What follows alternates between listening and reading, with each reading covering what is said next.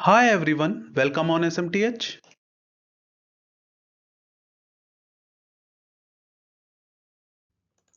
दोस्तों, आज हम ऐसे सेक्टर के बारे में बात करेंगे जिसके बिना ट्रांसपोर्ट सेक्टर अधूरा है। रेलवे सेक्टर भारत की अर्थव्यवस्था का एक महत्वपूर्ण हिस्सा है। ट्रांसपोर्ट की दुनिया में रेलवे एक सस्ता साधन है हमारे यात्रियों और सामान भार के लिए। ऐसा कहा जाता है कि 2050 तक इंडिया रेलवे एक्टिविटी में पूरे वर्ल्ड का 40% शेयर होल्ड करेगा। रेलवे में जो रेवेन्यू आता है, अगर हम उसे इस चार्ट के मदद से देखें तो 75% फ्रेट से आता है और 20% पैसेंजर रेवेन्यू आता है। सो हम क्लियरली देख सकते हैं कि जो रेवेन्यू आता है रेलवे का, वो मोस्टली फ्रेट से आता है। अब हम यूनियन बजट 2024-25 की ओर रुख करते हैं, जिसमें रेलवे सेक्टर के लिए 2.6 लाख करोड़ अलोकेट किए गए। 2019 में जो एक्सपेंडिचर 1.6 लाख करोड़ के करीब था, वो 2024 में 2.6 लाख करोड़ पे पहुंच गया है। इसका मतलब हर साल 10% का इंक्रीमेंट है कैपिटल एक्सपेंडिचर में रेलवे सेक्टर के लिए। ये डेटा हमें बताता है कि गवर्नमेंट का जो एक्सपेंडिचर है वो रेलवे सेक्टर की तरफ बढ़ रहा है। इसका मतलब हुआ कि रेलवे सेक्टर से जुड़े हुए सारे शेयर्स में आने वाले समय में एक तेजी आना संभव है। अब जब हमें पता है कि रेलवे सेक्टर में आने वाले समय में एक तेजी आना संभव है, तो हमें जरूरी है कि गवर्नमेंट और प्राइवेट दोनों सेक्टर में कौन कौन से रेलवे स्टॉक हमारे इंडियन मार्केट में लिस्टेड हैं।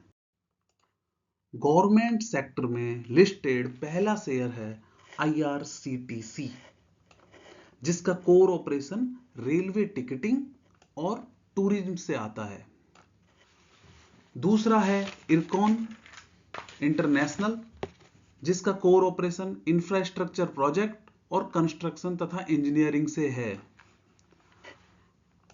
गवर्नमेंट सेक्टर में ही नेक्स्ट लिस्टेड शेयर है RVNL, जिसका काम है रेलवे प्रोजेक्ट्स को इंप्लीमेंट करना, ट्रैक बिछाने का और इलेक्ट्रिफिकेशन करने का, और रेलवे से ही अदर इंफ्रास्ट्रक्चर प्रोजेक्ट्स ये एग्जीक्यूट कराता है। इसी कड़ी में अगला शेयर है राइट्स, जो कि कंसल्टेंसी और इंजीनियरिंग सर्विसेज प्रोवाइड कराता है रेलवे सेक्टर के लिए। ये भी एक गवर्नमेंट PSU है। नेक्स्ट है इसी में IRFC, जो कि रेलवे प्रोजेक्ट्स के लिए फाइनेंसिंग का काम करती है। इसको आप इस हिसाब से सोच सकते हैं जैसे हम बैंकों से लोन लेते हैं, सिमिलरली IRFC भी रेलवे प्रोजेक्ट को लोन देती है। प्राइवेट सेक्टर में जो लिस्टेड शेयर है, फर्स्ट उसमें आता है टीटागढ़ वैगन्स। ये कंपनी रेलवे वैगन्स का मैन्युफैक्चर करती है, रेलवे से रिलेटेड इक्विपमेंट मैन्युफैक्चर करती है, like for Indian railways, metros के लिए। मेट्रोज के हमारे कंट्री में भी बहुत सारे प्रोजेक्ट रनिंग में हैं। नेक्स्ट है L&T। L&T आपको पता है ये सिविल्स के मोस्टली काम करती है। तो मेट्रोज में, इंडियन रेलवे में जो ट्रैक का कंस्ट्रक्शंस है, बड़े बड़े जो ब्रिजेज बनते हैं, वो सब L&T देखती है। रेलवे सेक्टर में जब सिग्नलिंग और ऑटोमेशन की बात होती है तो उसमें सीमेंस का नाम आता है। सीमेंस एक बहुत बड़ी लार्ज प्लेयर है सिग्नलिंग और ऑटोमेशन के एरिया में रेलवे सेक्टर के लिए। इसने अपनी सर्विसेज इंडियन रेलवे और इंडिया में जो भी मेट्रो प्रोजेक्ट्स हो रहे हैं, सब में सीमेंस की भागीदारी है।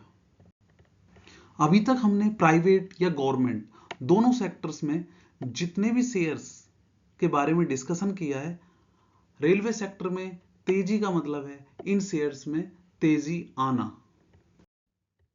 मेरा जो पसंदीदा शेयर है वो है टीटागढ़ वैगन, जिसकी करंट प्राइस 1151 है, 1000 के करीब है, और इसका ईयर हाई 1900 के करीब था और ईयरली लो 800 के आसपास था। रिटर्न ऑन इक्विटी इसकी 18.1 है, जो कि बहुत अच्छा रिटर्न ऑन इक्विटी है अगर रेलवे सेक्टर के एरिया में देखें तो।